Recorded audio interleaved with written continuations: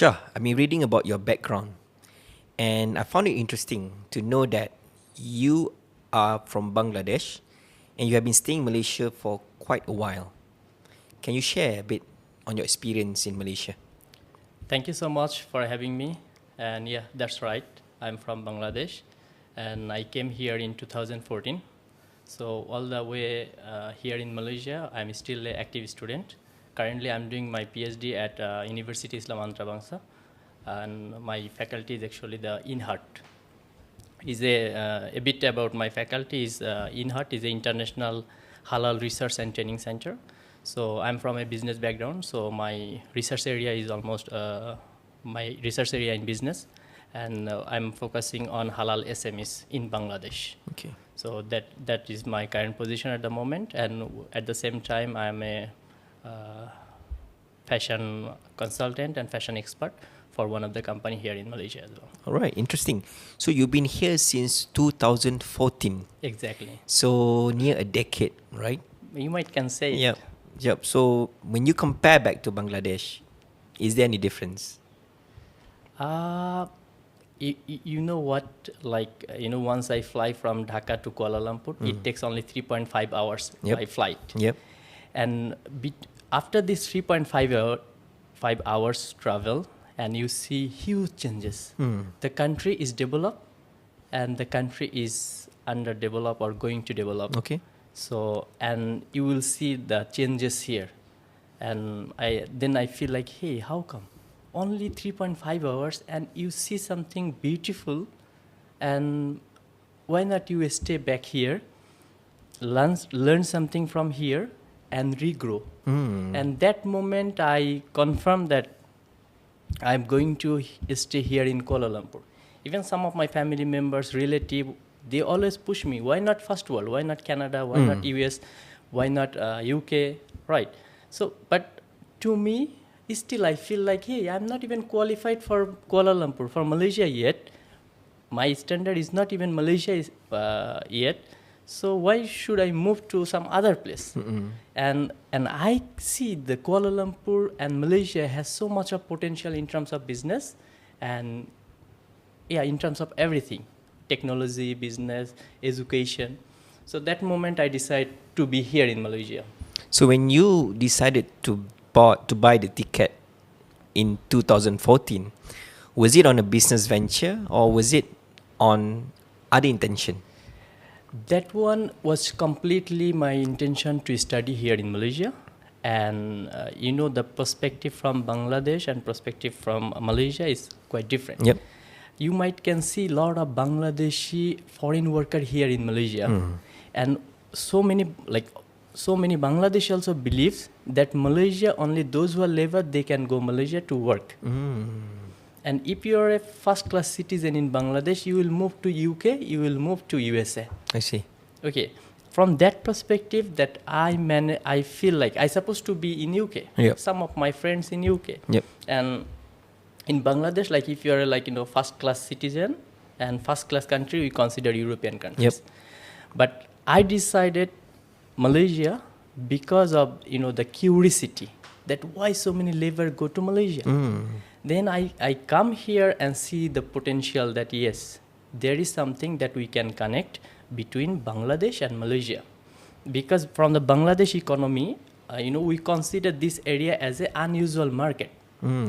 Meaning like we always more focus on US market or in European market, but Malaysian market, Indonesian market, Singapore market, we never realize. The market is really big, but there are not quality people to tap into this market. Then that moment I feel that yes, Malaysia is for us. Wow. We can connect really Bangladesh and Malaysia, the business opportunity. That's what I can see after COVID. Okay. So personally, I never been to Bangladesh, but if you can describe it from my understanding, how does Bangladesh is? Bangladesh, it's by word is never will be complete to say about Bangladesh. And you should visit in Bangladesh. They are very welcoming. Okay. And there are many Malaysian also in Bangladesh as well. Even we used to deal with Malaysian High Commission in Bangladesh. From that place, I used to know that sound is abang. Oh, abang. Abang. So from the Malaysian High Commissioner, he was maybe Yang Bahagiang or Tan Sri. Yep. His name was Abdul Malik, Tan Sri Abdul Malik. He was in 2013. So I met him, and they calling Abang in order to show respect. So from there I know Abang, and from there I know nasi goreng. Nasi goreng. Nasi okay. goreng is something like fried rice. Yep, fried rice. We used to know in back home that fried rice, when you call it nasi goreng, is a Malaysian style cooking. Yep. But it's same. Yep. So that how actually from the Malaysian scenario, Bangladesh scenario, if I can say that no word is complete, but is a unique country. There is a huge population. If you consider the population, is a densely populated country in the world. Wow. And the Bangladesh RMG sector is called ready-made garment sector. What is it about? Is a clothing industry basically. RMG ready-made garments, we call it RMG sector, is the number one in the world. Wow. And our more than half GDP contribute from only one industry is called ready-made garments. RMG sector we call ready-made garments in Bangladesh. Here, Malaysia, they call clothing industry, right, or fashion industry. And that what I can see that Bangladesh has so much of opportunity, so much of privilege that they can tap into Malaysian market, which is is untapped and is still considering as unusual market here in Malaysia. And from that RMG sector is all over the world, Bangladesh known as a RMG producer. So like if you go European country, European country or in US based countries, they call you Indian. Oh. But when it comes to RMG sector, I know Bangladesh. I see. So in order to get identity all over the world, we have only one sector, is called RMG. There are many sectors, but RMG sector is the number one, and more than 50% GDP is coming from only one sector. So when we talk about ready-made garment, example is like, what are the brand related to ready-made garments? Ready-made garments meaning like the fashion industry, leading fashion industry, let's say Zara, Gucci, H&M, all they have their own factory in Bangladesh. And in order to produce garment-sized item, you need low-skilled worker. I see. And where Bangladesh has so many low-skilled workers. So that's the reason, in order to get competitive advantage, all the big fashion brand, they have their own manufacturing garments industry in Bangladesh. So then how it helps their economy, at the same time it helps their identity all around the world. That's the most interesting things about Bangladesh. And yeah. I came into a cross recently about exporting market in the world. And it's interestingly to know that Bangladesh is the second top exporter for garment industry, right? And that relates to the availability of low-skilled workers in Bangladesh, right? But then when I went through your background, you've been in one of manufacture in Bangladesh before you transferred to Malaysia. So how does it what makes Bangladesh production special compared to, let's say, China, Vietnam? Very, very good question. Because if you've been to Bangladesh, and you will see that every family has touch with garments. And the factory is like almost everywhere. Not only in the city. If you go extreme kampung, the village area, countryside area, even inside the house, they are producing good quality t-shirt. They are producing good quality fabrics. So that's how actually makes them more efficient in the market. Everyone know how to stitching. Everyone know about the clothing. Yep. Like if I talk like, is it 100% cotton? How many GSM these fabrics? In Bangladesh, this is really ABC to everyone. Yep. Everyone know these things, and they's been doing these things almost more than 30 years. Bangladesh in the garments industry, and almost they're second exporter in the world. That what makes them more efficient in the market. They are producing a lot. like I can say Levi's, Yep. Gucci, Yep. Zara, they're 80 to 90% production in Bangladesh. And because of the low skill worker and the payment also is a low payment, that's only the reason like all the top brand getting competitive advantage in terms of low cost. Okay, but okay, let's talk about Gucci, right? Definitely, we know the product is premium, and in fact, when you hold it, the stitches, everything looks really clean. How does a low skill worker can produce something that really good in terms of production? I mean, how does the supply chain from the Gucci production in Bangladesh works, from your understanding? It's from my understanding, actually, practice makes a man perfect. Nothing is rocket science in this world.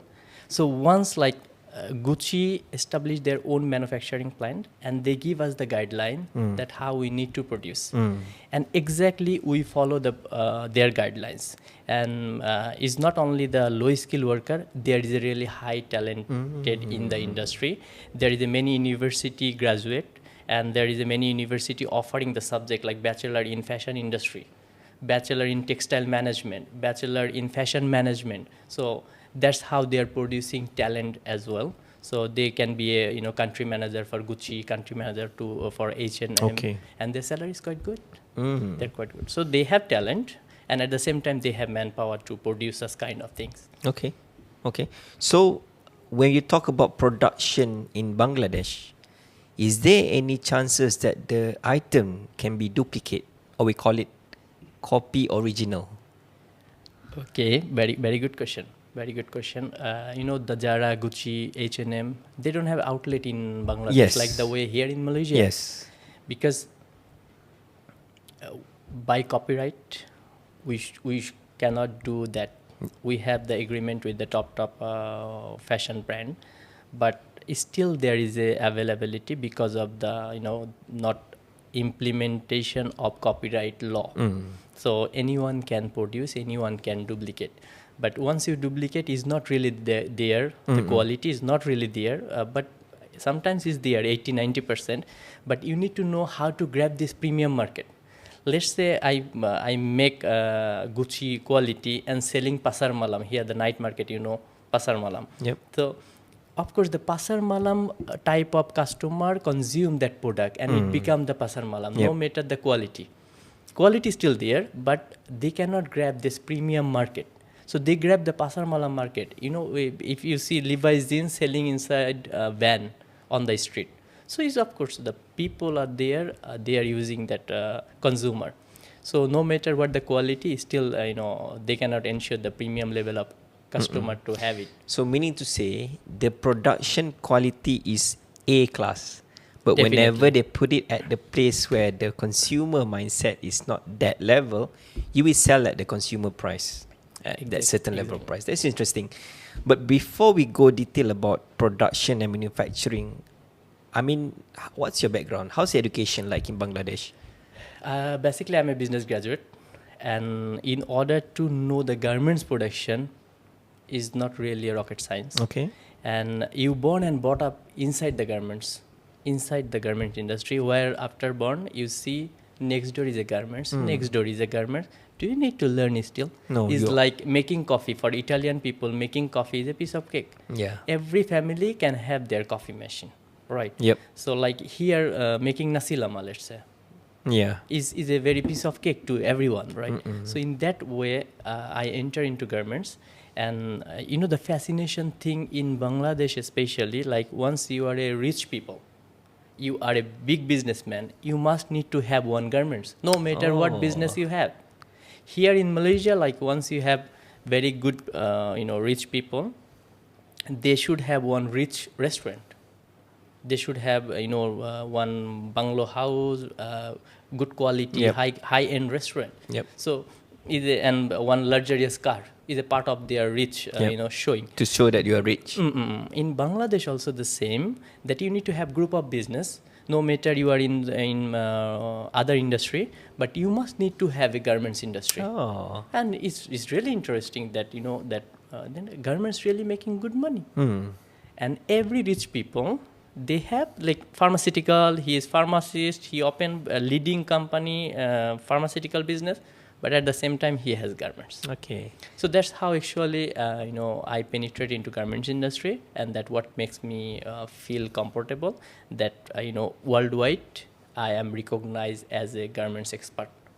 Because as a Bangladeshi, if you say that you are a garments expert, everyone will believe Yep. in you, Yep. right? If you are like in the marine expert, let's say from US, people will believe Yeah. that okay, they can produce world-class weapons, right? Yep. But in Bangladesh, can produce world-class garments that everyone knows. Yeah. So that's how I get competitive advantage. At the same time, like the respect if you become a garments expert. Okay. So, yep. So when Bangladesh country produce garment, is it purely an export market or the consumer is mostly their own people? Is both. Okay. Is both. The export market, actually the price Bangladesh produce really good quality, but once they send to Europe or US market, they can afford to buy that price and that quality. The same quality, once you sell in Bangladesh, the Bangladeshi people cannot afford to buy that quality, because what the price of the product, it's set by the customer, is the environment, the geographical place that can set the price. It's not like iPhone price. How much is it? But once they sell it in a premium market, they set the price the premium way. But if you come up with the actual price, is not there. So same like the Gucci, the same things can sell in US $100, in Bangladesh become 100 taka. Because the consumer set the price. Yep. No matter what quality, people end of the day, if they don't buy, there is no quality. Yep. So that's how actually the consumer set the price. So Bangladesh government's actually producing for inside country that quality, for export really high quality. Okay. So like you cannot expect like the Bangladesh also the on the street selling really high quality. No, high quality they are for export. Low quality for the consumer, those who can afford to buy that type of garments. Yep. That's how the design. Why, that's interesting. And then, if you can name a few, is there any local Bangladesh brand that actually take off in the world? In Malaysia, for example, is there any Bangladesh brand that managed to penetrate Malaysian market? Bangladesh, actually, there are many local brand, but the brand quality is not there. The mindset is still is not premium, so it's still there in Bangladesh. But there are few good brand trying to penetrate into outside of the country, but not in Malaysia. There are few brand in India and few brand in Nepal, few brand in Myanmar. So that we have at the moment. But Malaysia so far not really any brand, but from the Malaysia there are few brand that taking things from Bangladesh. Okay. Like Bangladesh government supporting like FOS, Padini, Brand Outlet. These are the actually brand they're taking the things from Bangladesh. So meaning to say nowadays, most of the developing or developed country putting the production in Bangladesh. Exactly. To produce a high quality garment that ready to be purchased by their either in the import context or their own country context. Exactly. That's interesting because when you go back in Malaysia market, when you compare, I mean, how does that make a difference? That is really a excellent question, and it has huge difference. Bangladesh, if you compare with Bangladesh and Malaysia, even with Malaysia to any other country in the world, I think Malaysia is a dynamic and really unique. In terms of like fashion industry, Bangladesh has 2 seasons. Let's say they have many seasons, but we can see only 2 seasons, is a winter and summer. But in Malaysia, it's only 1 season. Yeah. What is it? Hot. Is summer. Summer, okay. Is hot every time. But the interesting thing is like if you go very big shopping mall, especially Twin Tower, KLCC, KL Center, there are many brands selling purely winter item, heavy jacket. And I was curious, hey, Malaysia is super hot and selling jacket, even the padded jacket, heavy one that you need maybe minus temperature. Then I go and ask, how come you can rent a shop and selling the winter stuff and inside this summer country and throughout the year is summer? And they say Malaysian as a nation, they wants to travel. And they travel a lot, mostly European countries, and they buy. And once they buy, those who come here in Malaysia, European people also, their tourist hotspot is Malaysia, Kuala Lumpur. The many Europeans coming here every day because of the country friendly, because of country, affordable to everyone to visit Malaysia, right? And their tourism, Ministry of Tourism also very much welcoming to tourists. And that how actually once they come here and they see summer and they wants to buy, they wants to use in when they go back home. And comparatively, the price is cheap here. Cheaper. Because the summer country, selling winter things. And everyone is buying. Not only that, summer and winter. Malaysia, if you bring winter item, is still wonderful. If you bring summer item, of course, is a hot cake. At the same time, Malaysia has 3 nations: Malay, Chinese, and Indian. The lifestyle and the dress style is different. Chinese tend to wear a bit short and quality things. Malay one is aura covering like the Muslim fashion. Indian both sometimes short, sometimes long. And that how actually whatever types of fashion you bring in this country, you can make money. Because of the generation. They have Muslim, they have non-Muslim. In Bangladesh, 90% Muslim. I see. 10% non-Muslim. And non-Muslim also follow the Muslim culture. Because no other choice. You cannot get good clothes. And they think like, the ones they wear the Muslim style, socially well respected. And that what makes them to follow one style only. But in here, Malaysia, dynamic, diverse. Muslim, non-Muslim, summer, winter. And at the same time, there is a, like Muslim fashion is booming here in this country, especially Malay community. 80% are Muslim. Right, 80% Malay community here, and they are penetrating into modest fashion industry. Especially if you talk about baju Malayu, baju kurta, baju abaya, kabaya, tudung especially, is a huge. And that market itself is, if I can remember, is more than 6 to 8 billion market. And it keep growing. Every year, if you consider like 6 to 7% growth rate, is wise. That's interesting, Shah, because you know what? Because usually it's a seasonal expenses, right? When you talk about, we call it ethnic clothing, right? We only spend it during Hari Raya and then the Eid Adha, Eid Fitri, Eid Adha. Exactly. But the market share for that segment is spanning across billions, right? Exactly. And you can see how certain companies flourish in doing in Malaysia. And what is your thought about it? I mean, is it a branding game, or is it production game, or is it because people spend it because we need it? Because baju Melayu remains baju Melayu, right? Exactly. No matter how much technology you put inside it, it's not an iPhone. Exactly. It's baju Melayu. Exactly. So why this market is keep on spending? The ethnic market is super unique. It has emotional touch, religious touch. Like baju Malayu, it has 3 pocket, nice button, and the sampin should look, unique quality. And, I even don't know the culture here in Malaysia that much, but what I believe that, if you buy especially good quality baju Malayu, good quality sampin, and the sangko, you will get rewarded hereafter. The feelings, the belief that, that you have to be good looking on the day of Raya, after the Raya day, Idul Adha as well. And that how actually, so many local brands tend to into ethnic especially. And the consumer is for 2 Raya is good enough. No, but because people tend to buy, but at the same time, there is a demand throughout the year, especially, wedding, especially family program, they still buy new baju korong, new baju Malayu. And if you look at like on Friday, especially every Muslim wear, the ethnic cloth. And it's a touch, it's an emotional touch, religious things. Hey, today Friday, you didn't wear baju Malayu. So, that's what I figure it out, that hey, everyone wearing the baju Malayu and baju kurta. Once we go to mosque to pray on the Juma, see. So that how actually it has demand throughout the year.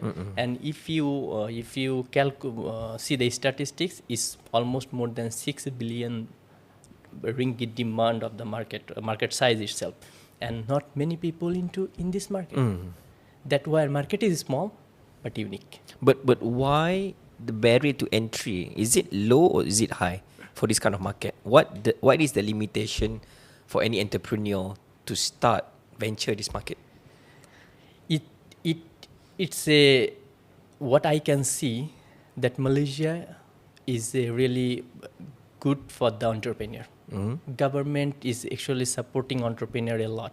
They have many government agency like SME Foundation, MDEC, or there is a Matrade, right? All supporting SMEs. But in terms of ethnic SMEs, you need patience. Okay. What I see, because you develop the product, you cannot sell. You need to wait for 2 Raya. And 2 Raya, you can generate the money. And let's say you fail to manage 1 Raya because of lack of experience, because of lack of your capacity as a new entrepreneur. So that moment, their patience is gone. Their resilience is gone. So that's how actually a bit tough for a new entrepreneur to penetrate into ethnic market, unless they have very strong patience, strong resilience, strong mindset, and they know the clear picture that okay, they can make during Raya, after during Raya, throughout the year, during any family event. So that how they can design their marketing policy. But most cases is not really easy to enter ethnic clothing market for young entrepreneur. Let's talk about capital. Usually, the best way to make business, definitely you want to produce the baju Melayu or kurta at the lowest cost possible, and then sell it at the good margin.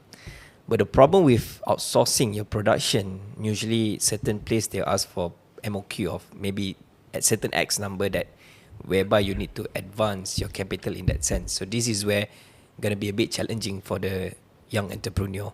So what is your opinion on this, in the sense that how can they venture in ethnic clothing without using a lot of capital but getting success in the long run?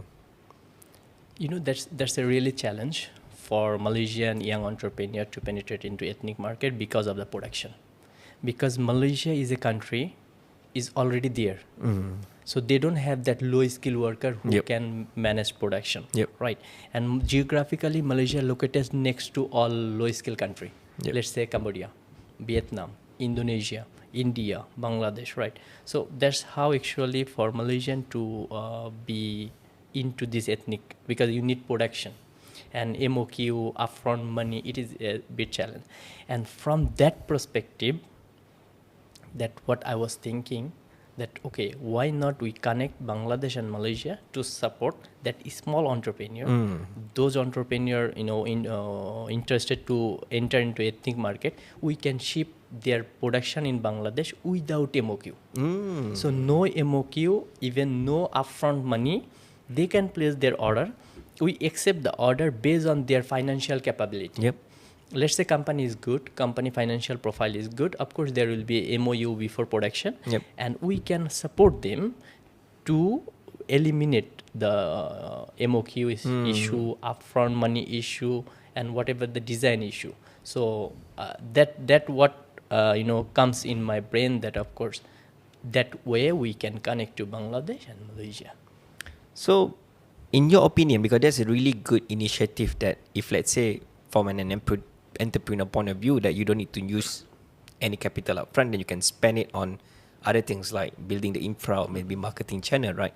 But from your point of view, what is the biggest misconception about young entrepreneur with fashion industry? I mean, is it a fast cash industry, or is it something that you need to strategize it, and then you need to really know what you're aiming for to get the fruit that you try to bear? I mean, you try to, very interesting things like these days, social media, YouTube. Like once you have intention to become entrepreneur, you Google what is the business for young entrepreneur. So Google or YouTube will give you the list of 10 10 list of top business that you can do with low capital or is fast making money. Then that moment they because there is a list for the fashion industry is easy to make money, right? But what I can see, the mostly young entrepreneur, they penetrate into fashion industry, but easy and the fast way making money. So there is a easy and fast, but the competition is huge. And after 6 months, you will feel tired, you will feel burnout, you will feel no patience is there, because the everyone into that industry, especially if you come up with the round neck t-shirt, if you come up with cap, Yep. if you come up with polo t-shirt, let's say one product, and that moment, like every young entrepreneur, like after finish SPM, after finish their bachelor, they penetrate into that market and one segment area which is easy and fast. Yep. So once they think about how they source their production, their brand, and their quality type of product that they are sourcing, then only the local entrepreneur can sustain in the market. I see. But they go only easy and the fast one. That's how actually they end up most cases. The success rate of a young entrepreneur, 98% fail. Yeah, 98% fail, not success. I mean, that's a good data. Yeah. Not to encourage them. Anyway, how do you think Malaysia street style or maybe Malaysia fashion compared to global brands like from Italy, from Paris? Like Malaysia is a rich nation. As a Malaysian, they all have good money. Okay. I have some of the community in UK, in US, in European countries. They say many Malaysian come here to visit, and they spend a lot. So if you talk about buying power, the Malaysian have the buying power, and Malaysia also growing that way. They have also premium quality of product. Yep. And the mines last trial also, I see there is a Baju Malayo that can one brand actually launched Baju Malayo that the quality, they make sure that you can play football also by wearing Baju Malayo. You can go gym also with that Baju Malayo. Okay. So they're trying to go global, and with that kind of quality, that Baju Malayo for everyone is no longer for Malaysian only. Because if you see the riot time, many foreigner, they wear Baju Malayo also proudly, right? And it's a national dress. Yep. And that how we can see that Malaysian has influence of the Europe also. If you most of the ethnic brand, what they do, European model, African model for Baju Malayo, Baju Kurta, Abaya, right? Yep. So they don't use their local model. They use unknown face from Europe, Why? from Russia, because of the young generation. They have a bit touch with the white people. Once they feel they wear Baju Malay looks good, they wear Baju Korong looks good. Okay, they wants to buy as well. So it's like Malaysian people have that kind of mindset, that European, Yep. and that how actually local brand growing that way. Especially if the big ethnic brand is called Jackal. Jackal, If you visit their outlet, they love Lauren here in Malaysia. So their standard is that quality.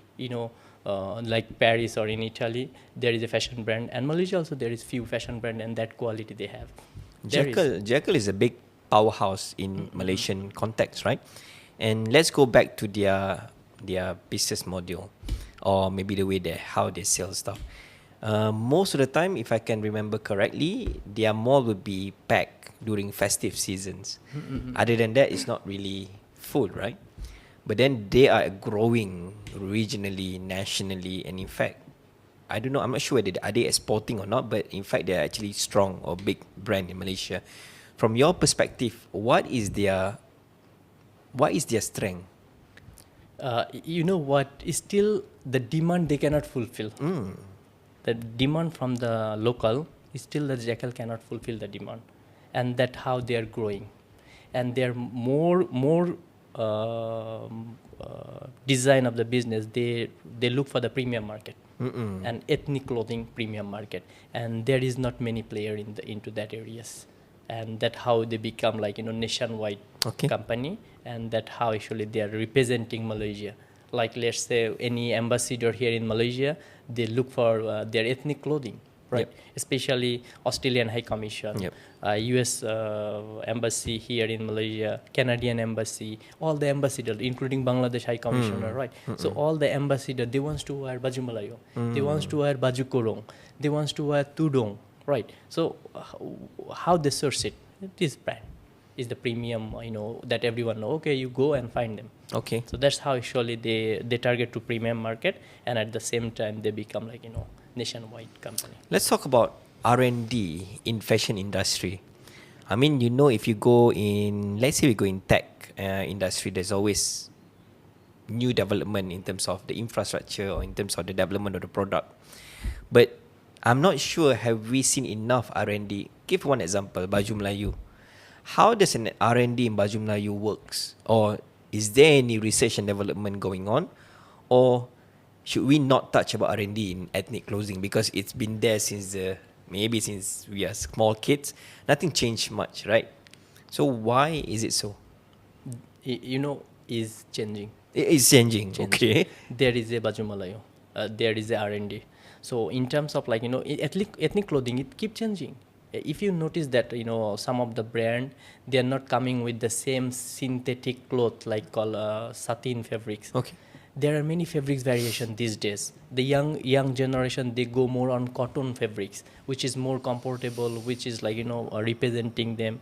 So there is a R&D as well, and they are no longer they are going with this 4-5 pocket. No, there is a no pocket, stylish. Let's say the button design from here to here. Yeah, I right? saw that also. And no longer full sleeve, become 3/4, become half, right? So there are many revolution ongoing, baju Melayu, baju korong, and those days is really different. But still there is a people that is still looking for that ethnic, authentic baju Melayu, right? Yep. But you cannot stop the changing. It's a part of the R&D.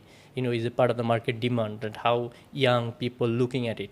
Yep. So now baju Melayu has slim fit, regular fit, slim fit, regular fit. There is another cutting is called, I forget the name. Is a very orang tua they use with this. Tailor fit, is it? Tailor fit. There is a bespoke, bespoke. That one different. Then there is a one is very slim. Sorry, very very loose. The air can go everywhere. Okay. That quality. So is research and development ongoing on baju Melayu, on the ethnic clothing, and then how they can keep pace with the local demand as well. Do you think fashion industry is resistant to disruption? You can say is not really there. Is not really there in terms of technology, and still the fashion industry, only if you look at the marketing, still completely goes online. Now no longer you put outlet base and people coming to your outlet, see the product and buy. That mindset changed to online. Mostly like after COVID, we can see that the market demand is mostly on online. Yep. Now no longer that physical things, but there is a demand. We cannot skip one to for another, but there is both way that market shift to online, and at the same time there is a market for offline as well. But the challenge is always goes back to production, right? Whereby you really need a lot of low skill workers to produce certain production line. So that goes back to the question, does the process can be automated? Can we remove low skill workers out of the equation and then grow automated manufacturing to produce all these garments? That is a young entrepreneur mindset. Okay. And then how they think about AI. They want to put AI everywhere. Yeah. And they want to set algorithm to produce for them everything. And it's not really possible. By robot, by AI, by artificial intelligence, you can make things easy. You can, you need really high quality people to introduce all of this in the industry as well. And at the same time, the low skill part, I think robot is more expensive than that low skill employee. Yep. So why do you need robot since you have this manpower, right? And robot is not cheap. Artificial intelligence is not cheap. AI things is not cheap. Internet of Things, IoT is not cheap. So that's how actually is possible. at the same time is not completely possible. And what we are planning that, of course, Malaysia, what they can do, either they can bring their low skill worker here to produce their own production. There is a demand. And at the same time, what Malaysia can do, produce halfway, bring it here and make it full production. Yep. Let's say you want to produce iPhone. You are collecting chip from China, right? You are collecting battery from somewhere else. The same way, you manufacture baju malai halfway from a country. Yeah. At the same time, you can make it finished goods here, packing, ironing, okay, sell to the market. That's how we can eliminate that problem to get the low skill worker to produce, and at the same time, we can maintain the cost. That's the way. Yep. And if you see, I mean, when I did a bit of reading, most of the top performing brands actually exist more than nearly 100 years. Like give you example, under the LV and VH group, right? Louis Vuitton. So what makes them exist for such a long, throughout centuries, right? Resistant to its changes. I mean, relevant through multiple generation. I mean, what's their specialty? Is really they have resilience, they have mindset, and they have patience. No matter what, they want to focus in their core business and they want to penetrate all over the world. But if you look at Malaysia, it's a very new country. They get freedom from British Empire is 1957, if I'm not mistaken, right? So Malaysia is growing. There is a few brand. It started since 40 years, 50 years back. Is the second generation running that business. So we need time. We need time to see that kind of fashion brand here in Malaysia, 100 years old, because the country itself not 100 years old. Yeah. Because you might consider there was Malaysia. Yes, there was a Malaysia, but the name was British Empire, and that time we didn't recognize as Malaysia. We didn't recognize our brand. So as a new developed country, Malaysia is still there and they're growing. You might can see after 30 years there will be few brand nationwide, and of course there will be example that Malaysian fashion brand leading all over the world. And that time you can see people wearing baju kurta and baju korong walking Rome, walking Paris. Yep. You will see people because if Malaysian fashion brand make one outlet in Paris, of course make an outlet in Rome, you will see people walking on the street with baju Malayo. Yeah. Because there are many Malaysian in Europe, but they cannot find their baju Malay. They need to purchase from Malaysia. Someone has to courier DHL to them. But once they have their own fashion brand outlet in Paris, in Rome, in London, of course, that moment you will see that Malaysian, baju korong, baju Malay, the British white people wearing and walking on the street. Be worldwide, right? Yes, exactly. So we are there as a Malaysian fashion brand, but still we need time to be there. Maybe another 20 years, 30 years. Another 20 years. But the progress is still significant in the industry. All right, that's interesting. Because as for now, from my observation, I mean, most of our brand are playing locally, right? At the local context. And fair enough, because we are serving 3 different races, whereby it makes the market more dynamic, like you said. But from your experience as a fashion expert, what makes a brand go global? Because if you go by production line, right?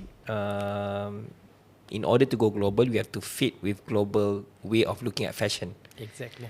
But is that the only way to go, or can they maintain with the current production line and still go global? I mean, how can you make sure? I mean, how can you see a brand can go global from your perspective as a fashion expert? If you see the fashion brand go global, they are actually absorbing the global culture. Like Gucci, Zara, H&M, they are selling baju korong, baju Malayu also during Ramadan. After Ramadan, you will not see they are selling ethnic stuff, right? But their ethnic is not really ethnic. It not cover like blazer. They make things. Blazer is like a bit baju Malayu, but it's not really baju Malayu. But it's not really blazer.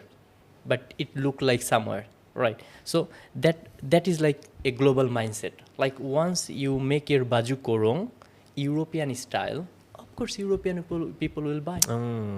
And the moment like one fashion brand go global, of course they absorb the international market, how it look like. Right? So that none of the Malaysian brand is still overseas, and what actually they have the capacity to go. Look at Singapore. There is a Malaysian people, there is a Chinese people, there is a Indian people, right? If you go Canada, if you go US, everywhere, this generation is unique. Malaysia represent, I think, entire Muslim population all over the world. Chinese represent all the Chinese population all over the world. Indian actually entire subcontinent, Bangladesh, India, Pakistan, all they represent as Indian. So Malaysia producing their fabrics, then why not Malaysian can go global? Even look at like food. All the food they produce for 3 nations, right? Nasi lemak, Yep. curry for Indians, Chinese noodles. So why not they can go global? There are many. There are still many. Chinese fashion brand is global, and Malaysian fashion brand will global soon.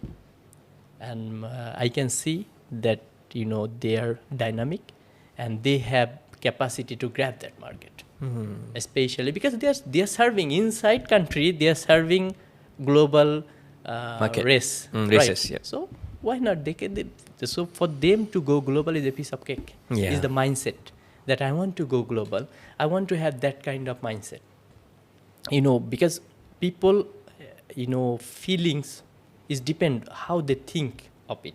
Malaysian people a bit inside the country, my business is growing good, still there is a demand, why do I need to go overseas? Yep. I cannot even complete but if you want to grow the way it should be, of course you need to go global. Yep. And that is called like mindset. Once you have that kind of mindset, you want to take that challenge, that moment Malaysian brand will be global. So that's how actually, but it will be there maybe very soon. I like a good, let's take a good example of Uniqlo, right? The way they expand is quite, I mean, the first time I encountered Uniqlo was when I visited Japan, that was 15 years ago. And then I encountered the brand of Uniqlo introduced by my brother, because my brother was studying and working there. I see. And then within short span of years, they entered Malaysia market. And in fact, the production line or the item are really synonym with Malaysian culture, meaning to say it's a mixture of streetwear, and in fact there's you call it what, corporate or common wear, jogger, sportswear. So eventually it's something like quite, not to say unique, but in fact the quality also is really good in terms of the fabrics. And in fact, the price also, not to say that really expensive, it's at the middle to high tier kind of price. So, what is the strength of Uniqlo? Is it the production capacity, or is it because of the item is something that easily accept globally? Of course, if you want to make your business global, if you want your items accepted globally, you need to have research and development, and you need to have that kind of training to your employee, so they have talent, they know how to manage their knowledge, and they have their research and development team where they produce design every day, 100 design, their capacity to produce every day 100 new design. So that moment you have that kind of research and development team, no matter you can go above the sky also. Okay. So selling to the moon lah. Yeah. So that how actually they are developing their fashion items that accepted by globally. They have really unique research and development team where they know how to manage their knowledge, and it's all about knowledge. It's not all about experience. It's all about their research and development. Production, yes, there is a issue with the production also, but of course, if you know that product, why to produce? Google it everywhere, and every information you get it from Bangladesh, because Bangladesh producing for Uniqlo as well. So that's how actually research and development and their talent, the behind people, are the mechanism for every brand. Okay, let's look at local context, Malaysia. I mean, it's not surprised to see the fact that there's a lot of Bangladesh workers are being the core fundamental of manufacturing in Malaysia. Is that the way forward, or you think they are taking portion of where the local people, Malaysian people, supposed to do it? I mean, what do you think about this? From that perspective, I'm here until today, Yep. and I see a lot of worker here, Bangladeshi worker here, and they're really one another helping local economy. But there is a rumor as well. They are taking portion from the local people. But if you look at the bigger sense, especially, then you see that, of course, the company, they have their manufacturing plant, Yep. and they connect foreign worker to produce. Yep. And that's how they can reduce their production cost, and they can go globally. It create more jobs for Malaysian, one way or another. Like look at, once you have robot, there is a more jobs for people to maintain the robot, right? So at the same time, like once you have the production, big manufacturing hub here in Malaysia, and you can connect foreign worker, no matter from where, then it will create local economy, and it will create more job for locals in a bigger scale. But if you look that Malaysian will work in that industry, especially like risk area, construction, no Malaysian will work. Yeah. And as a Malaysian, if you feel that I want to work in construction, cleaning job, that's the mistake. What I can see, that as a Malaysian, your standard is already above this class of job, like it's called blue collar job, as a cleaner, as a construction worker, as a manufacturing operator, right? So this type of low skill job is not for Malaysian. But as a Malaysian, if I still look for that, my mistake, I didn't grow the way Malaysia grow. As a citizen, I didn't grow, or I didn't catch up the Malaysian development. So it's not really for all Malaysian. If you look at bigger picture, it's creating more job for the Malaysian. Indirectly. Indirectly. Yeah. And it creates big economy growing big as well here in Malaysia. So it's a bigger sense, it's creating more jobs. And that how actually the perception comes from the background that they wants to focus that low skill jobs. But as a Malaysian, they are not there. They are already above the low skill job, and the risky job is construction worker. Okay. I think no Malaysian should work in construction sector. Their standard is already high. Yeah. But as a Malaysian, if I want into that industry, meaning my capacity, my expertise is not really that standard level. as a Malaysian at that level. So that's my perception actually. So when you advise fashion company, right? What usually the thing that you want this entrepreneur to grow? For example, should they focus on the production line, or should they focus on branding their company? As a person from the production base, and I feel like yes, production is the main challenges for the young entrepreneur. Once they know the source, and as a young, they have much talent, they have much energy to work on marketing activities, and they can make things successful. And what we are doing at the moment, we have our own production here also, and we have our own production in Bangladesh, own production in China. So what we are doing, once the local brand, they place their order, we see we are capable to produce locally, we produce locally. If we are not able to produce locally, or Bangladesh or China will be cheap, we shift this order to Bangladesh or in China. That's how we are supporting all the local entrepreneur here, those who wants to penetrate into fashion industry. And I think there is a huge interest, as a young entrepreneur, because the fashion item is not going to expire, is not going to, so it's really very easy for them to penetrate into fashion industry and to become a successful entrepreneur. So meaning to say, whatever that you are coming from, you support the production aspect. Exactly. So that they can focus more on building up the brand and get the target client, right? Having said that, I mean, when I did a bit of research, when I read about, and then I attended the recent gift fair, I see. I noticed sublimation is the main topic. I mean, why sublimation? Is it the trend, or is it big market? I noticed most of entrepreneurs wanted or like this market segment, sublimation, and in fact, the manufacturing also like to sell their their item, right, to this young entrepreneur that, oh, please buy our printer. You can print a lot of things and you can sell it. I mean, why people are more into this segment? Like your research is 100% right. I can like without any figure, without any reference, I can say that your research is 100% right. That's true, because the Malaysian young entrepreneur, they are more focusing on easy things, sublimation, because Malaysia has issue with the production. Let's say you want to penetrate into a brand selling shirt or selling baju Malay. Do you know how difficult it is to produce? But once it's sublimation t-shirt, only the round neck and the body two side stitching, kalas, your product is ready to sell in the market. Okay. So that's how actually Malaysian young entrepreneur penetrate into sublimation market, because of the easy production, and at the same time it's cheap. At the same time, it showing their personal brand. They can design the way they want, and they have few words is like fast dry sublimation fabrics, especially the microfiber, the 100% microfiber, fast dry, and anti-odor, and at the same time like long lasting. The color never fade and long lasting. Then because of the summer, they prefer to wear sublimation. The market is unique, but player also quite a lot, right? A lot. If you throw a stone, you hit another sublimation producer. And not only and that sublimation producer, why they are more into the market, because the machine is from China. Okay.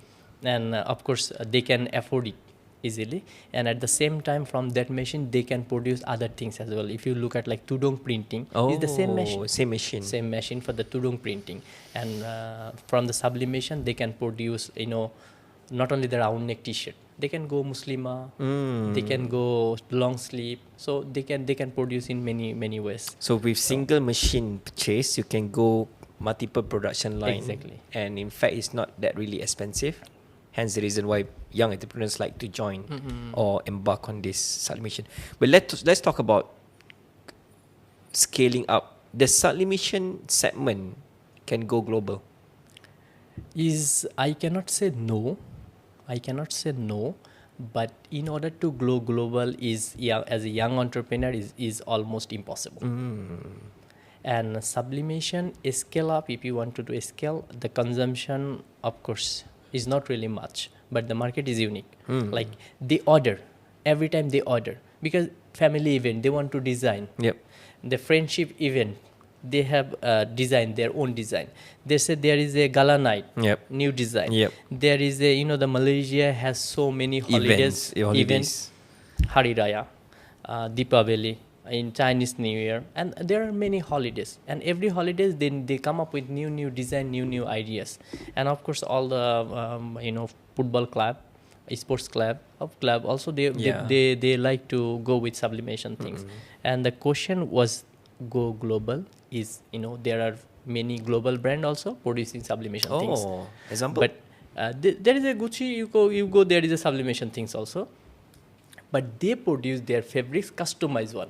I see. And only if you want to buy that kind of fabrics, of course you need to go that global brand. Okay. So for the local entrepreneur, the young entrepreneur, they use the available fabrics from the market is like 160 or 180 GSM. So with that quality, it's almost impossible to go global. But there are many global brands, including Puma, Gucci, Nike, mostly sports brand. They are going with sublimation to their trouser, their t-shirt. But they use custom-made fabrics, which is specialized for that brand. So it's not really possible for local entrepreneur to go compete. That kind of quality. Okay, so let's say this entrepreneur grow or start from sublimation. What can you advise to them? Is really, I feel pity for them. At the same time, I feel very much hopeful. Is a very easy way you can penetrate into fashion industry. You are with the sublimation, you are going into the fashion industry. Meaning to say, you are going high, like Proton Uira, you are going to KLIA high road. But at the same time, you need to change your policy. But is easy way. You have car, you can easy way to left lane. In order to go right lane and speed up 150, 180, you need to have good car. So what is my suggestion for the young entrepreneur, those who are in the fashion industry? You need to update yourself. Okay. You need to enhance your research and development skill. Like easy way, sublimation. Then you go, why not the cotton round neck? Then why not you go cotton polo t-shirt? At the same time, you go with cap. Then you go with ethnic. You go non-ethnic. You go casual item.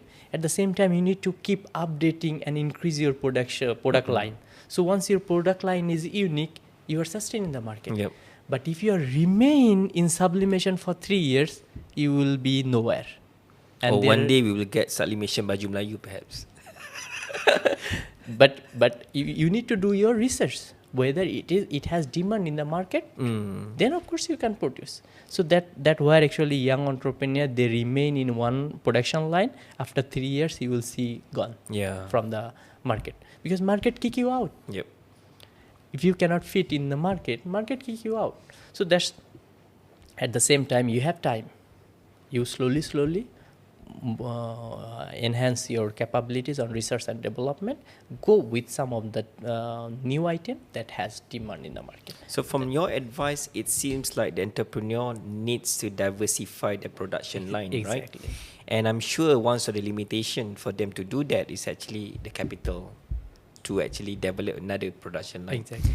But let's look at another case study where a brand that is, I would say, successful with single product item. I give you example, Captain Batik. Okay. Yeah, they produce only batik kind of production, and in fact they are available in multiple retail across Malaysia. So what's your take on that? You know the Captain Batik, you come up with very good example. I been to their one of the outlet last few weeks back. It was in BSC Bangsa shopping complex, and they are targeting into premium market. Their batik is really good, really unique, and at the same time, I see they are selling sports items, sports fashion items, and that is not made by batik. And then I say, because they are developing, but they find out the area that where they can develop and catch the premium market. So they come up with the batik. Now you will see after few years they are producing batik kurta. Is no longer only batik shirt. They are producing batik kurta, batik baju korong, batik tudong, batik baju malayo, whatever you want to. They are keep changing their production, and that's how actually you can sustain in the market. And development and your research always has to be very active. So that's how actually they are sustained. But they are not really purely, but they penetrate into batik. Yep. But they are moving their production, but the core item is batik. I see. So you see the batik kurta, batik shirt, batik baju malayo, batik some of the item they are coming up. Even the cap, batik cap. So they are targeting. And they are doing their market research where they can catch the premium market through batik. That's interesting, right? So from your observation, I mean, you've been here in Malaysia for the past 10 years. Which is your favorite brand that you see there's high potential or huge potential for a local brand that you feel that eventually it will go to a bigger market? If you come up with the really local ethnic brand, one brand is Katam. Katam. Katam. If you visit their outlet, and they are purely ethnic, and their quality, every stitching has that quality. Wow. And I can see that brand has that capacity to go nationwide. But still they're moving, and that brand I can see that has the capacity, and they are really upholding the ethnic touch. Once you visit their outlet, you feel that you come to a ethnic outlet, and their production also really quality production. I'm not really sure whether they are producing inside country or outside, but their production has really a unique quality. Okay, Katam. Yeah, I've been to their store. It looks really unique, and it feels quite premium. Yep. So when we talk about premium production in Malaysia, does it has to be outsourced, or most of the time it's actually produced in-house? Both, I can say both, because there are some quality that it has to be there. Like if you want to have really good quality batik, you need to go Bandung, Indonesia, right? So Indonesian batik has demand globally. So if you want to have good type of blazer or suit, you need to go Vietnam or India or Bangladesh. So if you want to good quality casual item, a neat item especially, you have to go in Bangladesh. If you want to have very trendy fashion item, you need to go China. So that's how actually you need to actively source locally and globally. If you want to remain sustainable in the market, then of course you need to keep focus on global at the same time locally also. Okay. Local, they are very good quality, especially JB if you look at. So before we wrap up, I just want to ask this question to you as a fashion expert. So if you're given unlimited fund to explore or to set up your own brand line in Malaysia, how do you go about it? Or where do you focus first and make it international? You know what? I wish to have it. The reality, I wish to have it. That that kind of fun, if you have, then you can penetrate into ethnic market. This is something. You think ethnic is the place to penetrate? Exactly. While not many people, and at the same time, it has really huge demand in the market, and you can represent Malaysia all over the world through your ethnic production, and that where actually I feel there is a lackings as well. That there are not really very big factory here in Malaysia. If here in Malaysia, if you want to see any big factory, the worker not more than 500. Yeah. But if you go Bangladesh, the small factory has 10,000 workers. Yeah. 10,000 I'm talking about. So that where actually I feel that if you have that investment, you can penetrate into local production, ethnic production especially, and your industry will have that type of research and development where they know the trend of all the ethnic production since the beginning of Malaysia to until today, how the revolution of Baju Melayu. There should have the gallery of all the ethnic items that my grandmother used to wear this kind of things. My father used to wear this kind of things. So there will be a gallery where that what is lacking, right? They don't preserve these things, and there is not much development research also. But there is, we cannot say, but there is some of the, but it's a very small scale in terms of, like personally they are trying to come up with new Baju Melayu design, but there is not much production facility, so they actually stopped doing this after a few years. I really like the idea of a gallery where how does our grandparents, our ancestors wear Baju Melayu since the old days, and how does the fashion transcends towards era of time. And that's interesting, right? Especially when we bring our kids who at the moment are quite I would say shocked in terms of, is this the real Baju Melayu? is this how we wear it? Because certain things, when we talk about culture dress, it's not easy to change it, because like you said, it's an emotional thing that when you wear it, you want to carry that along. I mean, that's definitely something interesting if we can have that in Malaysia from your perspective, right?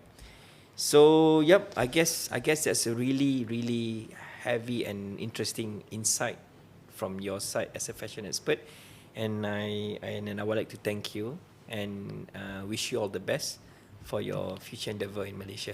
Thank you, Shah. Thank you so much once again for having me and giving me chance to that kind of platform. I like the name of this podcast. Is Oh My God. And thank you, Oh My God, once again. But is one another, is a 1 milligram of me, right? 1 milligram. But once the young generation see, oh my God. Oh my God, So thanks again, Oh My God, for having me. Oh my God, you're welcome. Thank you. All right.